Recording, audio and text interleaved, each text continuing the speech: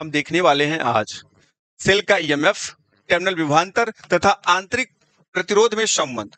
अगर सेल का आपको ईएमएफ पता हो, टर्मिनल विभवांतर दिया हो और आंतरिक रेजिस्टेंस है तो उसमें रिलेशन क्या होता है उसको हमको ज्ञात करना है। इसके लिए हम क्या किए हैं, एक सेल लिए हैं जिसका ईएमएफ क्या है, कैपिटल ई है, इंटरनल रेजिस्टेंस क्या है, स्मॉल आर है, एक्सटर्नल रेजिस्टेंस क्या है, कैपिटल आर है और इसका टर्मिनल विभवांतर क्या है, भी है। ठीक है, इसके लिए हमको क्या करना है, ई भी और आर, स्मॉल आर में रिलेशन ज्ञात करना है। तो उसके लिए सबसे पहले देखेंगे कि जो यहाँ पे इंटरनल रेजिस्टेंस है, देख लो यहाँ पे इंटरनल रेजिस्टेंस है, एक ही वायर में कनेक्टेड है क्या, एक्सटर्नल रेजिस्टेंस में, यानी कि ये दोनों क्या है, श्रेणी क्रम में जुड़े हैं। तो जब श्रेणी क्रम सीरीज कॉम्बिनेशन हो गया तो क्या करो, इन दोनों को क्या करेंगे, साधारण गणित के नियम से जोड़ देंगे, यानी आर प्लस कैपिटल आर हो जाएगा। तो यहाँ पे क्या लिख सकते हो, परिपथ, परिपथ का कुल प्रतिरोध। तो परिपथ का कुल प्रतिरोध कितना मिला, आर प्लस कैपिटल आर। तब अगर हम बात करें कि इस परिपथ में बहने वाली धारा कितनी है, आई एम्पियर की है, कितने एम्पियर की है, आई एम्पियर की है। तो आप जानते हो कि परिपथ में बहने वाली जो धारा होती है वो क्या होगा, कुल ईएमएफ और उसमें लगे कुल इंटरनल रेजिस्टेंस के अनुपात के बराबर होगी। तो आई इज इक्वल टू आप लिखोगे ई बाई कुल प्रतिरोध क्या है, आर प्लस कैपिटल आर। इसका इधर गुणा करा दो, ये इधर डिवाइड इधर जाके मल्टीप्लाई हो जाएगा। तो क्या लिखोगे, I R plus I into capital R is equal to E. लेकिन ओम के नियम से जानते हैं कि V is equal to I R, यानी आई आर क्या होता है, टर्मिनल विभवांतर के इक्वल्स में होता है। यानी क्या करोगे, आई आर के स्थान पे भी लिखोगे तो मिलेगा I R plus V is equal to E. यानी आप इसको लिख सकते हो E is equal to V plus I R. ठीक है, E is equal to V plus I R. Clear, E is equal to V plus I R तो हो गया, बहुत सिंपल है, समझे।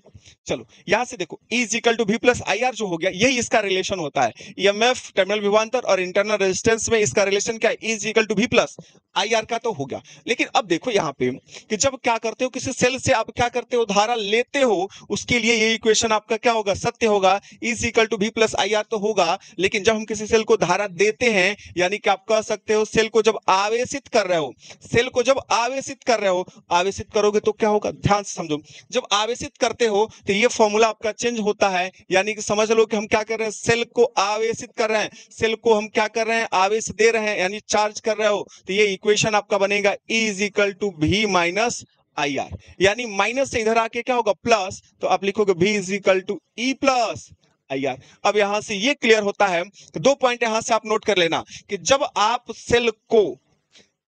सेल से धारा ले रहे हो, जब सेल से धारा लेते हो तो सेल का ईएमएफ बड़ा होता है किसके, टर्मिनल विभवांतर से। क्योंकि हम आई आर का हम इसमें जोड़े, आई आर को जोड़े हैं तब जाके ई के बराबर है। यानी कि जब सेल से धारा ले रहे हो तो आपका क्या होता है, भी छोटा होता है, यानी ई इज ग्रेटर देन भी। यानी कि सेल का वैद्युत वाहक बल बड़ा है, यानी ईएमएफ बड़ा है किसके, टर्मिनल विभवांतर से। लेकिन जब सेल को आवेश देते हो तो आपका टर्मिनल विभवांतर जो होता है बड़ा हो जाता है, यानी V इज ग्रेटर देन क्या होगा, ई। अब ईएमएफ क्या होता है, छोटा होता है। क्लियर, चलो इससे तो पता चल गया ना जी कि जब सेल से आवेश लोगे, धारा लोगे, तब क्या होगा, आपका ईएमएफ बड़ा होता है किससे, टर्मिनल विभवांतर से। लेकिन जब हम सेल को आवेश देते हैं तो हमारा क्या होता है, टर्मिनल विभवांतर बड़ा हो जाता है किससे, ईएमएफ से। ठीक है, अब देखो ईएमएफ और ईएमएफ किसको कहते हैं ये थोड़ा सा समझ लो। ईएमएफ की बात करें, सेल का जो कुल वोल्टेज होता है उसको हम ईएमएफ कहते हैं। और सेल जितना वोल्टेज देता है, हम कहीं भी किसी भी डिवाइस में यूज करते हैं, सेल जितना वोल्टेज देता है उसको टर्मिनल विभवांतर कहते हैं। तो क्लियर है ना, क्या करोगे, ये समझोगे, सेल का कुल जो आपका वोल्टेज है उसको ईएमएफ कहते हैं, और लेकिन जितना वोल्टेज वो किसी भी डिवाइस को देता है उसको हम लोग क्या कहते हैं, टर्मिनल विभवांतर कहते हैं। चलो ये पॉइंट क्लियर हो गया ना, जब लेगा और देगा दोनों समझ में आया ना। अब यहां से चलो, उसके बाद से अगर हम सेकंड नंबर इसमें पोजीशन में अगर हम यहाँ पे नोट कर लें कि अगर इसमें बहने वाली धारा शून्य हो, ये दो कंडीशन में होगा, जब यहाँ पे इंटरनल रेजिस्टेंस यानी आर जब क्या हो, इन्फिनिटिव हो जाए, आर का वैल्यू इन्फिनाइट हो जाए तो भी धारा शून्य होगी, और धारा I is equal to zero हो गया हो। अब सोचो I is equal to zero हो गया है तो इसमें रखो चाहे इसमें रखो, दोनों में रख सकते हो। तब ई इज इक्वल टू क्या होगा, V प्लस जीरो इंटू, अगर हम आर नोट भी कर लेते हैं, या चलो या स्मॉल आर ही रखे चाहे कैपिटल आर रखे, जो मन करे रख लो, तो आर नोट करोगे तो क्या होगा, जीरो। तो ई इज इक्वल टू क्या मिलेगा, भी। इससे ये क्लियर होता है कि जब हम सेल से धारा नहीं लेते हैं, सेल से धारा नहीं लेते हैं तो उसका जो ईएमएफ होता है वो क्या होता है, टर्मिनल विभवांतर के बराबर होता है। क्लियर, कोई डाउट? इतना समझ में आया ना?